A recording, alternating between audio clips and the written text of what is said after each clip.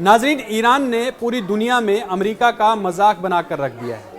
Iran ने सारी दुनिया में अमेरिकी बयानिए और अमेरिकी दबदबे की हवा निकाल कर रख दी है। ट्रंप की गीदड़ बबकियों पर तेहरान से जो जवाब आया है वो किसी अभाम, किसी लचक और किसी कमजोरी का मोहताज नहीं। ईरान ने एक बार फिर वाज़ेह कर दिया है कि ये वो मुल्क नहीं जिसे अल्टीमेटम देकर झुकाया जा सके।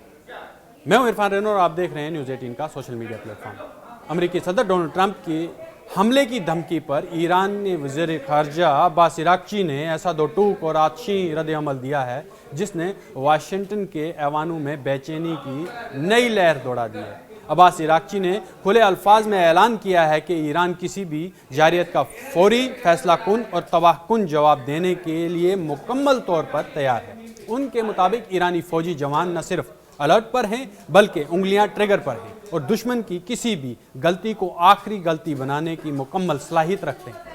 आज पूरी दुनिया एक ही सवाल पूछ रही है, क्या अमेरिका वाकई ईरान पर हमला करेगा?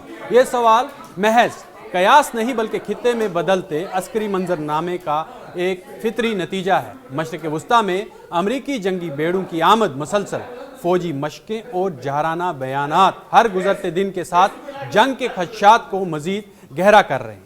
लेकिन तेहरान का पैगाम साफ है, जंग अगर मुसल्लत की गई तो उसकी कीमत अमेरिका और उसके इत्तेहादियों को चुकानी पड़ेगी।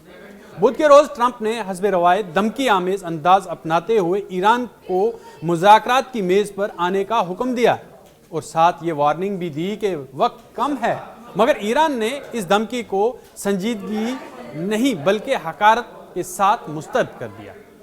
ईरानी वज़ीर ख़ारजा अब्बास इराक़ची ने सोशल मीडिया पर अपने सख्त बयान में कहा कि ईरान अपनी सरजमीन, खुदमुख्तारी और वक़ार के दिफा के लिए किसी भी हद तक जा सकता है। उन्होंने याद दिलाया कि 12 रोज़ा जंग ने ईरान को कमज़ोर नहीं बल्कि पहले से ज़्यादा मजबूत, मुनज़्ज़म और जहारियत का जवाब देने के लिए ज़्यादा अहल बना दिया है। उनके मुताबिक ईरान अब पहले से कहीं ज़्यादा ताकत के साथ दुश्मन को जवाब देने की सलाहियत रखता है।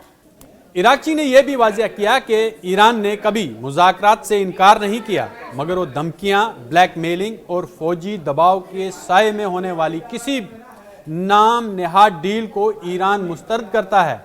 ईरान सिर्फ इस जौहरी मुआहदे को कबूल नहीं करेगा, न ही उसे काबिल कबूल होगा जो शफाफ बाहमी मफाद पर मबनी और मुकम्मल तौर पर धमकियों से पाक हो।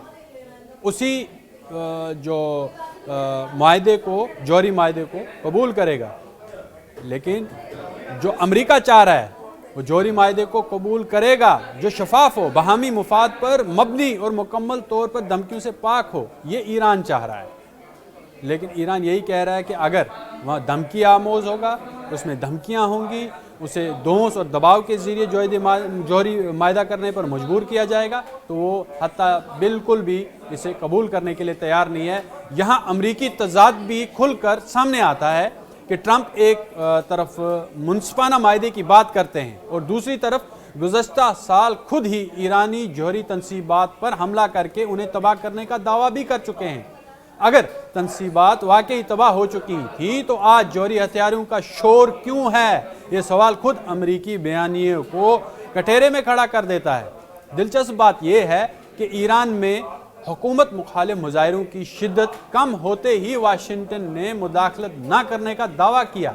हत्ता कि ट्रंप ने यह बयान भी दिया कि ईरान ने मुजाहिरीन को फांसी न देने की यकीन दहानी कराई है।